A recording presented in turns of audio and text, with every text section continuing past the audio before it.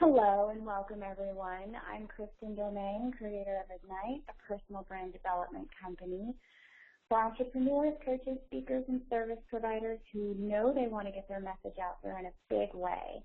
I'm joined today by my special guest, Briana Borten, who I'm thrilled to be able to share with you. One of the things that I noticed in my business in the last year is that many people who have brick and mortar or product-based businesses have struggled with trying to make sure that they know how to brand it and know how to build it so that they have the right customer base to have fulfilling businesses and lucrative businesses.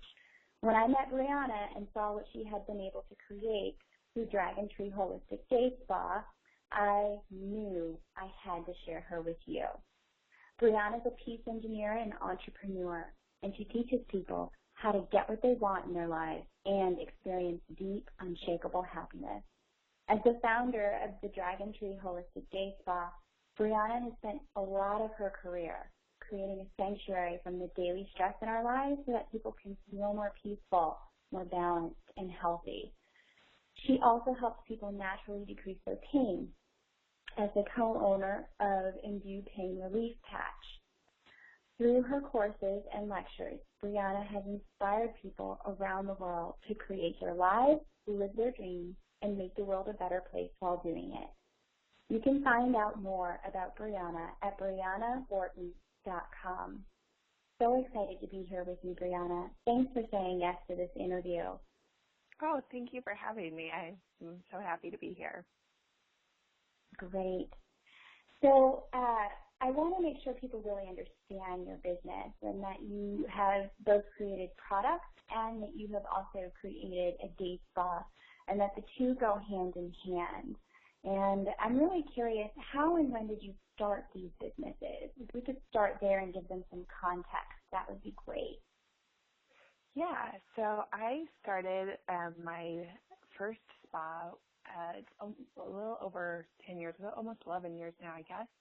And I was a massage therapist, and I was working at another spa, and I was always like one of those employees that was always like, oh, we should do this different, we should do this different, and people want us to do this, we should do this.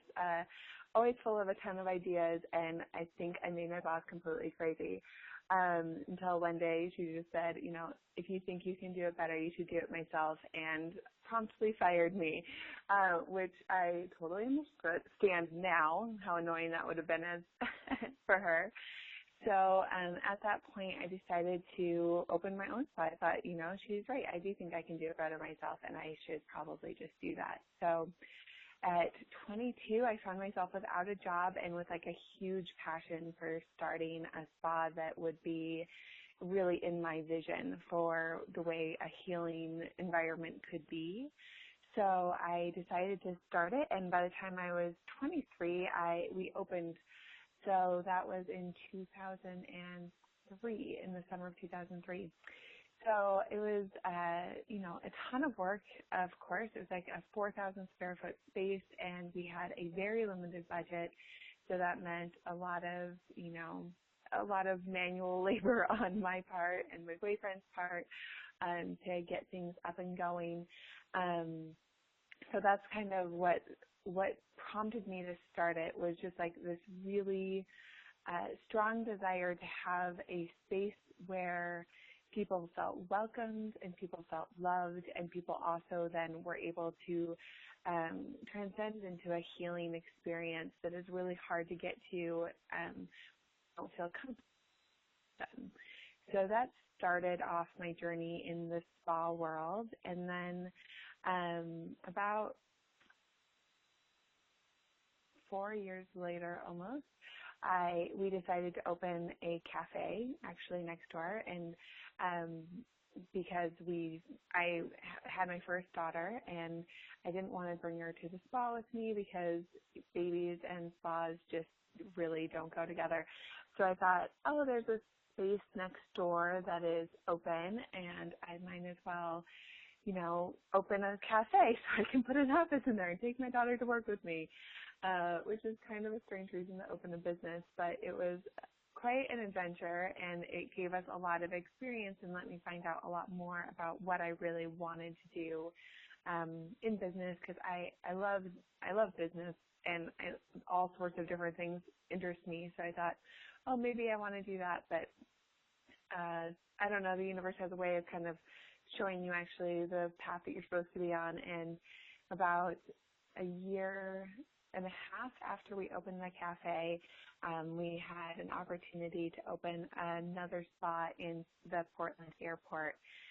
But in order to do that, we really had to let go of the cafe. So we ended up selling the cafe to a wonderful couple and pursued opening a spa in the airport. So we did that. It was a ton of work. It was a lot of jumping through hoops that I had no idea even existed, and figuring out all of the bureaucracy of working with, a city and all of its rules. So, and especially in an airport with all of the TSA rules and all of that. So that was a great experience, really a learning experience. And we opened that in the beginning of 2010. So then from there, we started our Inview Pain Relief Patch company because of a miraculous experience I had with a series of herbs that my husband had used on me. And we just realized we really wanted to get that out into the world. So we did a ton of work through figuring out all the rules through the FDA and how to find somebody to manufacture it to our specifications with herbs that we knew were sourced correctly. And that was like a whole new adventure in business of something I had no idea what to do. And it was a lot of fun to figure out, but it was also full of challenges. So we ended up starting that company, and it was really fun and exciting, but realized that it didn't make sense to really brand it under a different brand when it was so in line with what we were already doing. So later, we decided that we would actually bring that into our own line of products, which we had kind of been messing around with at the spa. Like, they were things that we used on our clients. They were part of treatments that we did, and we had really spent, at this point, about 8 years really perfecting the products that we were using on people, because it meant so much to us to know that they were full of quality ingredients and actually very effective.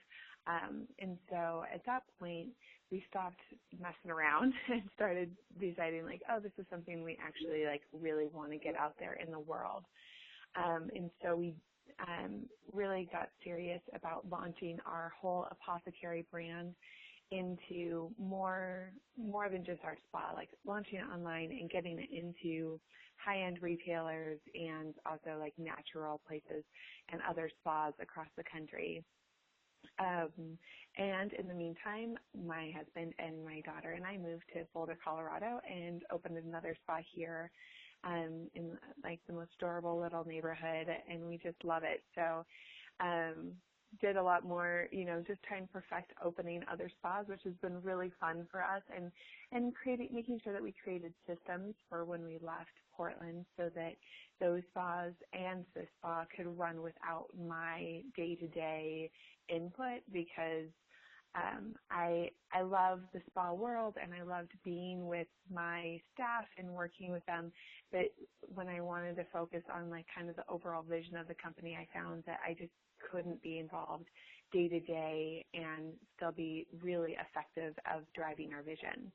So we opened the Boulder Spa last summer, so almost a year ago, and it's doing really well, and we're excited to see kind of like where we go from here. That was a really long answer to your question, but it was a long journey to get there. Well, what I love about that is it just illustrates how evolutionary the process is. It's not a cut and dry, here's the vision and I'm not going to start until I get it perfect.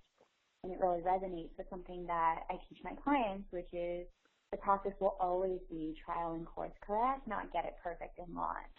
I'm really glad we got to see the inside of it. I think that's really helpful. I'm curious, because you really kind of course corrected as you went, really saying, okay, what do I need? What does my family need?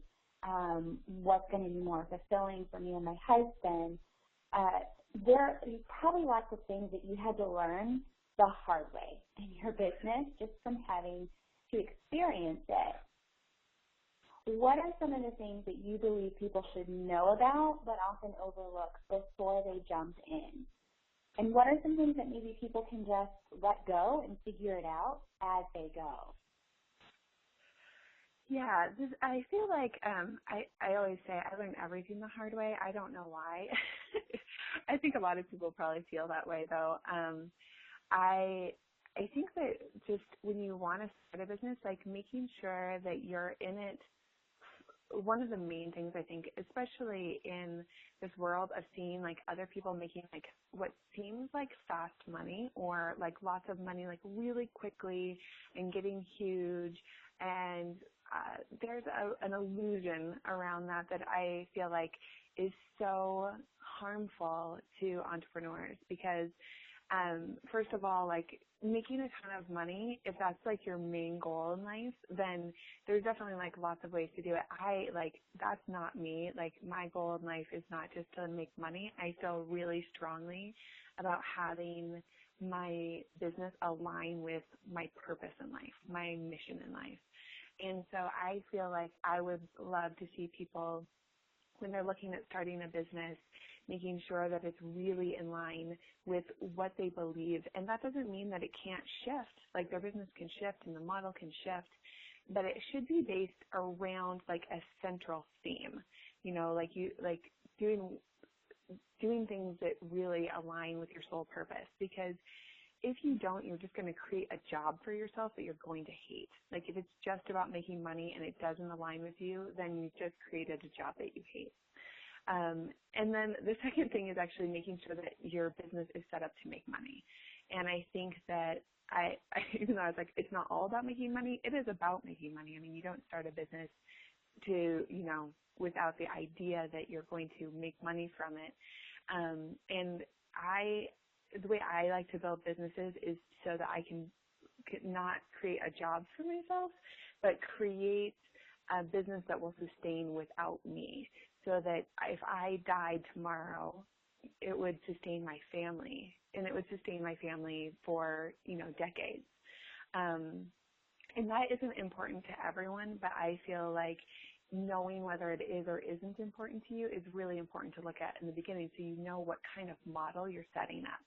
So making sure that you're setting up a model that A, makes money no matter what, like even if it does include you having a day-to-day hand in the business, just making sure that there's an income stream and you know where that's coming from and that you know that it's a need that people have.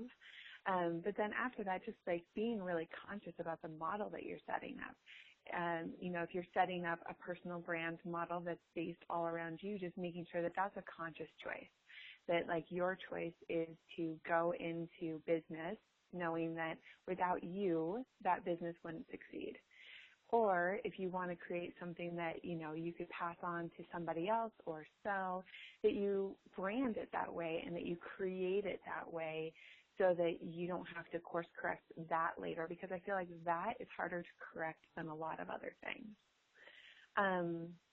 But I do think that there are a ton of things that you learn along the way, and the best way to figure a lot of things out is just to get started.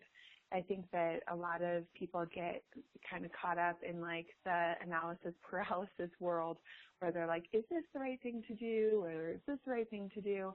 And the fact is that most of the time you really won't know until you get started, and then you'll take a step, and that step often will kind of guide you to the next step and the next step, and then you might find out like, oh, this is not feeling good. So then you kind of go back and you can start again and go a different direction. And I think that making sure that you're checking in with the lifestyle that you're wanting and the amount of work that you're wanting along the way is important, because anyone can build a, $1 million business. But it's at what at what sacrifice are you willing to do that? Because for me, I'm not willing to sacrifice like my friends and my family and my sanity and my meditation time, like all of these things that make me a happy human being. I'm not going to sacrifice to have $1 million business. So I think that it's making sure that like you're building the business that also agrees with the lifestyle that you really want, not just later someday down the line, but the lifestyle that you want right now. Thank you, Briana. I couldn't agree more. To really know what type of brand you want up front and to really align all of your choices with your values and the lifestyle you want makes so much sense, but I think it's one of the things that people often overlook. Based on that, I'd love to know what's one thing you really wish someone had told you when you started your businesses? I think that like one of the huge things is just like not to take things personally. And actually I think somebody did tell me this when I started my business. I wish I would have gotten it sooner. I'm like apparently a slow learner because I feel like I took a lot of things in business personally for a while. Like whether if my employees were upset or if a customer wasn't happy, it was like a personal I was doing a bad job, you know, instead of thinking, okay, there's something that's not working here and being a little bit removed so that you can correct the actions without all of the like beating yourself up along the way. Because definitely we all make mistakes. And in business, I've made a billion of them. And it wasn't really the mistakes that were the problem. It was all of the like criticism that was going on in my mind when they happened that was so draining to my spirit and actually I think hindered our business growth for a while because I wasn't able to like jump up quickly and just move forward because it was such a personal thing for me. And now I don't do that at all. And it took a while to learn that. And I don't know that people can just hear, like, don't take it personally and just do it. I think you kind of have to see the difference in how it feels to take it personally or not take it personally. But I just always encourage people to just at least explore that. Like, explore what it would be like if instead of beating yourself up, you just went for results.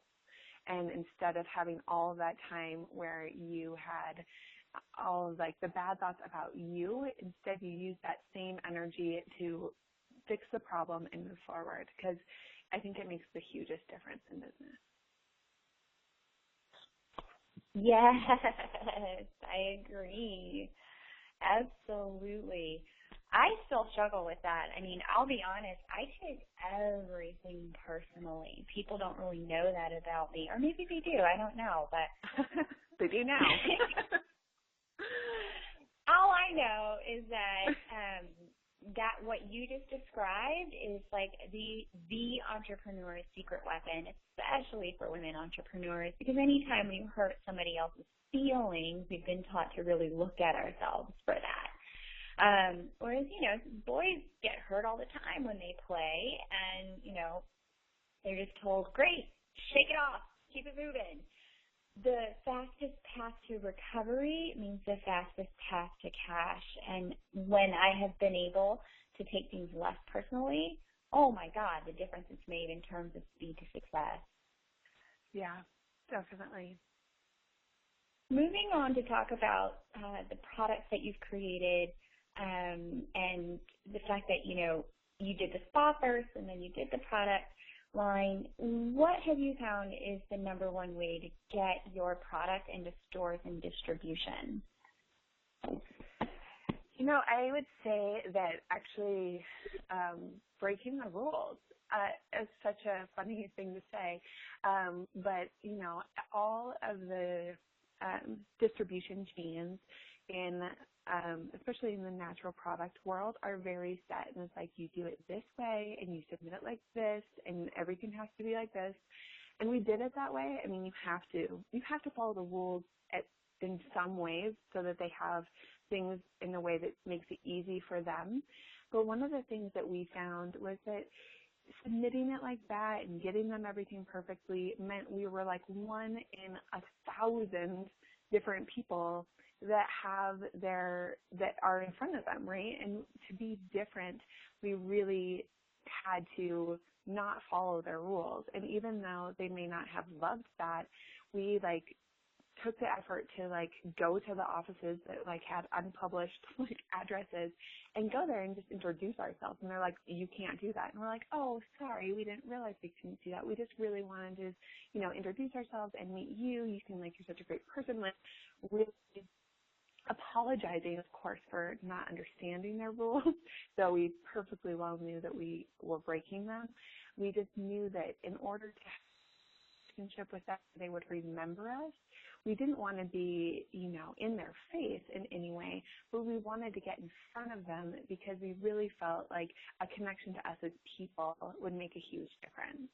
And so we definitely had some, site stalking happening to get in front of buyers that we really needed to get in front of. And also finding out who knew people, because we had, some friends of friends who, knew the buyer for very upscale places, and just asking, hey, is there any way you can make an email introduction? I don't want to, put you out, but we would really love it if we could just get our name in front of them. And then as soon as that happened, being able to really go in and make a personal connection that was showing them what our brand represented. Because being able to show somebody who you are can sometimes take a little bit more than a package and a well put together brochure.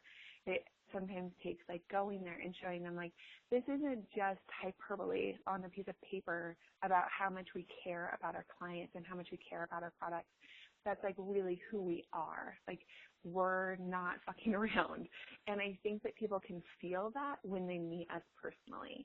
And so that was a huge part of our plan, and it definitely worked.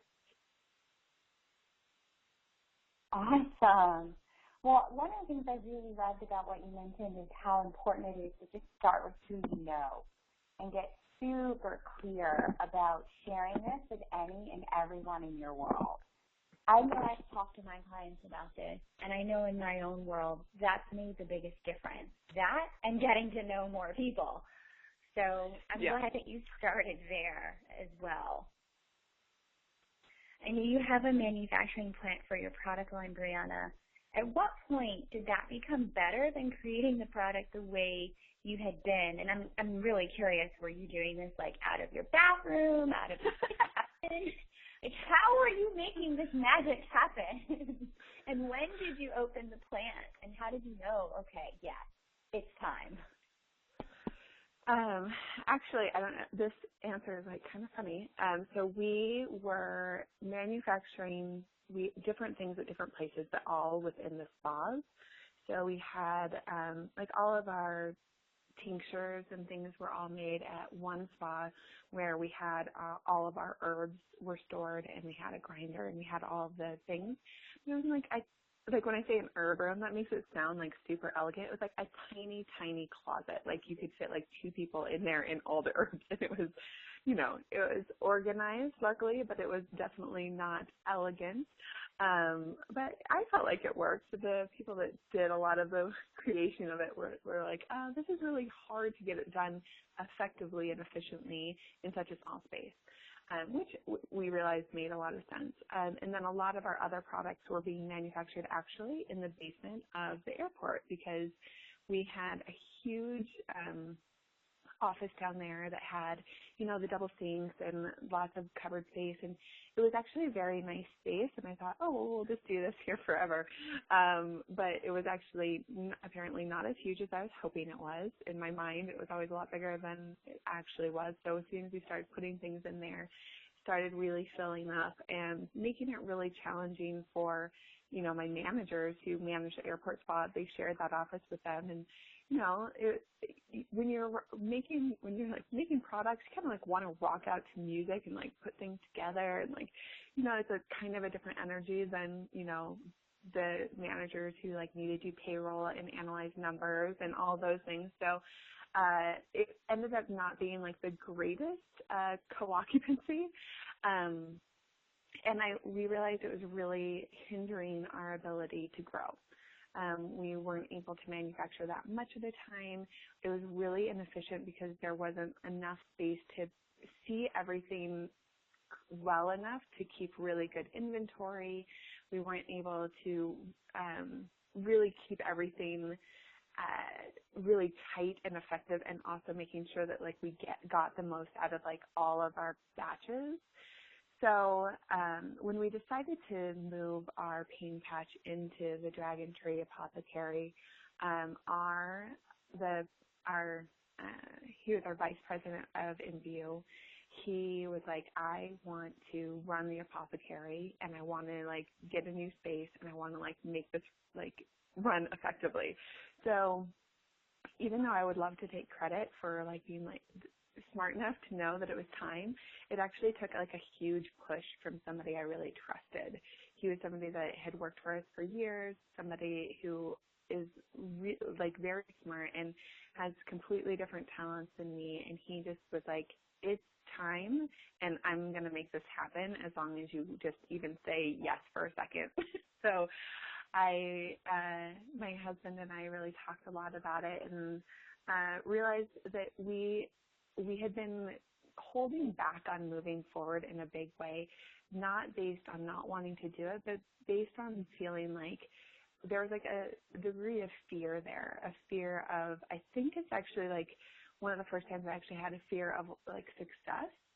And so we did a lot of processing around it, and at the end of that, it became like an absolute no-brainer to both of us. And so we gave Marco, the vice president, the thumbs up, and he became the chief operating officer of our apothecary line, and really like set up everything up so that we could have a manufacturing plant that was super on point.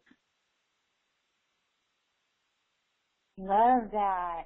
You know, it's so funny. Somebody had to tell you when it was time. Isn't that just the way of it sometimes? We're so deep in it that it takes someone who's taking a stand for us to say, hey, here's the moment. Let me help you. Yeah, definitely.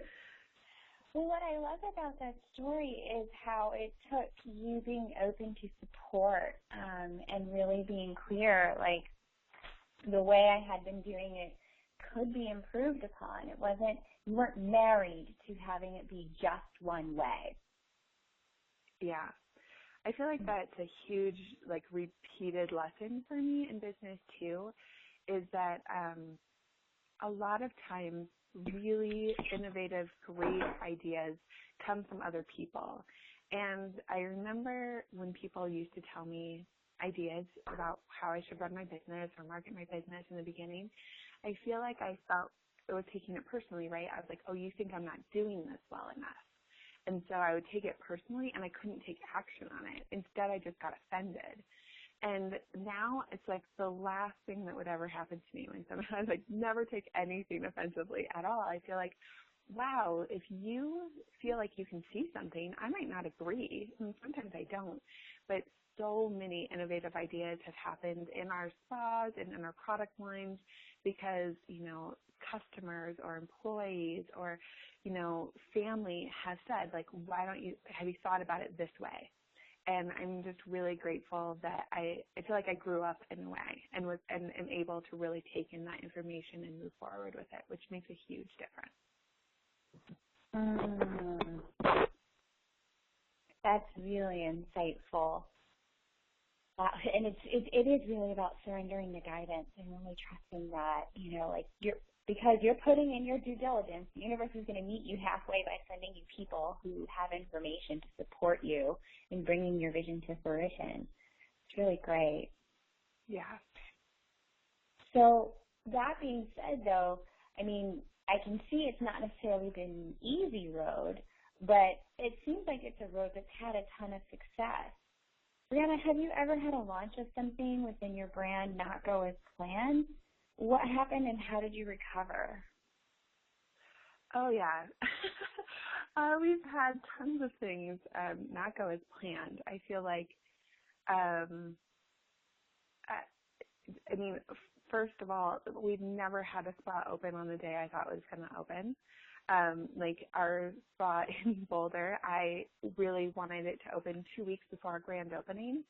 And with contractor delays and just all sorts of headaches, we actually opened a half an hour before our grand opening party. The contractors left the building. So it was like down to the absolute wire. I was like literally wearing like ripped up jeans and a tank top, like cleaning the dust from the contractors. I ran home, took a shower, put on a dress, and went back for the grand opening party. It was like so not how I wanted it to be. I wanted to have these been open and worked out the kinks and had everyone really, have the space like warmed up a little bit first. So it's lots of things don't go as planned, and when that kind of thing happens, the only thing you can do is like laugh, kind of like, all right, that happened, and you know what, it wasn't the worst thing in the world. Like the grand opening party was still a huge success. Most people didn't know, except like the employees knew, but no one else knew that what our plan had been. So a lot of times I think that we think that our failure is like something that everyone can see, but really it's usually just you. Like you're usually the only one that has any idea that didn't go the way you had planned. And you just have to kind of like let go and move on, because there's nothing else. Like if you keep harping on yourself about it, it just brings more pain. And in the future you can, if I, in that instance, like I would now not put a date on the grand opening party until after we opened. So I would plan it for further along. I would open and then plan the grand opening party. So there's things you can learn from every like failure or like things not going as planned. And I think that as long as you learn from it, it's actually a positive thing, because there are lessons in life that you can't just know, and there are things that you can't learn from other people. Sometimes you really have to like feel the discomfort of that situation, and then from there you're able to move forward and make sure that discomfort doesn't happen again by planning different.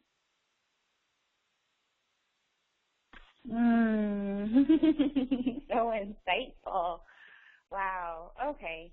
Well, I can just imagine, because I know in my end when things haven't gone as planned online, and you had an offline business, so it's not like, people would show up and you wouldn't be able to see their disappointed faces, or you wouldn't be able to like interact directly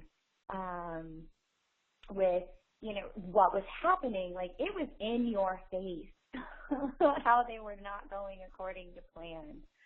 Oh, yeah. So it speaks to the amount of courage and willingness to move forward without perfection that you had to surrender to. And honestly, it sounds like, based on the story you've told us, that every new level of success has come with a new level of letting go of perfection, letting go of having it go according to plan, and just going with, this is my intention, let's move towards that direction. Yeah, definitely. I mean, and I think that I've had, I have online programs. We have online programs through the spa, and I have an online program in my own, like, personal brand. And even, I think that a lot of times in that world, there can be this, like, not reaching certain numbers that people are expecting, or not having people participate to the same degree that they're hoping they will. And I feel like that's actually like a really big area where I see myself. I mean, I know that I have, and I've also seen a lot of my friends really take that so personally that it can be so painful. And I think that when it doesn't go as planned, a lot of times people want to give up. And I just encourage people, like, don't give up, like, just adjust for what has happened, find out more information, tweak things to make it better and move forward. Because just because, like, your first launch doesn't make you $100,000 or doesn't have even 100 people in it maybe, doesn't mean that you're a failure. Even if one person signs up and you have they have a positive experience, helped one person. And I think that focusing on the people that are participating and the people that do love you and the people that do show up is such a service to them and such a service to yourself to stop you from disconnecting from your reason for doing it in the first place. Great. Great. Briana, I know you've got the product line, the spas. Can you tell us more about what your brand stands for? How are all three of these tied together to the experience you're providing for your customers? Yeah, so through the Dragon Tree, our brand really stands for creating a more peaceful world through more peaceful people. And that's always been our goal, just to help people really feel peaceful within, whether through relaxation or pain relief or, helping them with learning how to meditate and really find their own center. All of these things, we believe that if people practice them daily and really took care of themselves, that there would be so much less anger out toward the world. Because especially like after you have a massage, or if you're feeling really healthy and good, when you go out into the world, you're kind to other people. You hold doors for older women. You do things because you're feeling, I feel like, more aligned with who you really are. I think that all humans are good, like as the centrally good humans are centrally good people and want to be like that, but it's all this other crap on top of it that hinder us from really participating in the world in a peaceful way. And so that's what we are here to do, is really to change the world and to make the world a more peaceful place, be more peaceful individuals. And I realized that the Dragon Tree is such an amazing vehicle for that. And yeah, I was feeling like I also have such a huge call to business and entrepreneurship to help people, not just entrepreneurs and business owners, feel that way, but all people to really get what they want out of life, because I feel like it's another thing that really hinders our feeling of freedom and our feeling of real ease in our life, is feeling like we don't know how to go out there and really get our goals and at the same time feel good within our bodies and feel good in our minds. So that's kind of why I started all of my online programs, and I feel like the two really marry together very well, because it's kind of it creates the whole picture of what we need to do in order to feel really able to change the world and make it a place where people are unified and loving toward each other. Beautiful. I love that is the permeating theme throughout all three of the spas and product lines, specifically because of not only what it stands for, but the way it empowers you as a business owner to consistently be walking your talk. It's a really beautiful branding message. I know you have a program called Get It. Can you share with us a little bit about the Get It program and who are your ideal clients for that? I know as people are listening, they're like, okay, I need to study with this woman. How can we do that? So Get It is a 7-week program, and it really walks people through kind of what I believe are the necessary steps to creating anything that you want in life. So it's not around any one particular thing. Every person usually has what they want in mind, so we do get crystal clear about that in the program.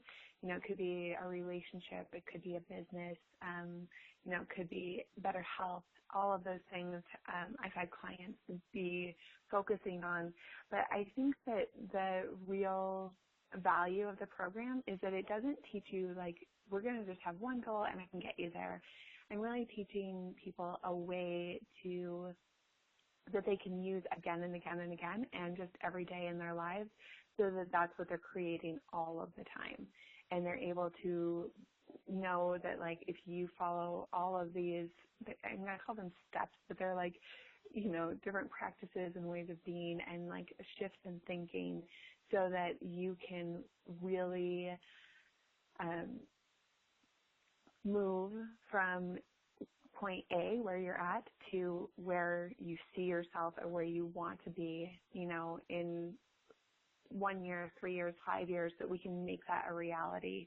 And we can make it, I find that most of my clients make it a reality much sooner than they thought it would be. In fact, I kind of tell people, like, you might want to put a timeline on that so you don't get overwhelmed with all the things that might happen. So if you don't want it to happen for 5 years, be clear about that, because a lot of the things we do are so powerful. I feel like it can kind of make everything happen at one time. I have found this out the hard way so many times where I'm like, oh, okay, I don't need everything to happen at one time because it's just overwhelming. So but it's a fun activity. I mean, it's mostly fun. I feel like there's definitely some work and a little bit of digging into who you are and really exploring that. But then there's also a lot of fun and a lot of really strategic things to do too. So it's not kind of like woo-woo imaginary stuff. It's a very, very practical course as well. So I love teaching it, and I feel like all of my clients that have done it have really, really enjoyed it. Oh, and your question, who are my ideal clients for? Yeah. I'd say that my ideal clients are people who are like action takers, or at least willing to be action takers, but they don't really know what to do. So they often find themselves kind of either like waffling between ideas, or kind of not super clear about what they want, or they are clear about what they want, but they haven't actually taken any steps towards it, or they don't know how to do that. And then, people that feel like they just need to have, like they've been taking steps, but there's something missing. Like they keep taking steps, but no momentum has happened toward getting them to their goals. So I love working with entrepreneurs. It's just, they're like my favorite people. So I feel like I attract a lot of them. So I've also had, a lot of people that have jobs working for other people, and I love to help them love their jobs even more and enjoying their lives and getting that to be a really successful part of their lives too. So definitely I work with both. Fantastic. Thank you. And that being said, we're about done here. How can people learn more about you? I know you've got a free gift you'd like to offer our listeners, so let's talk about both of those. How can they get their hands on the gift and find out more about you? So probably the best place to find out more about me is to go to BrianaBorten.com. And within there you can find links to my spas and my products and all of those things too. So I won't give you all of those URLs right now. And then if you go to BrianaBorten.com/getit, then from there you can register to get my 7 days to manifesting your beautiful life, which is a 7-day like mini course that will come to your inbox to help you work through some of the processes that I use in my course, but also they're kind of abbreviated processes so that you could do them that day and really start to see the momentum of how these things work in order to help you get goals and feel like you're really having what you want in your life.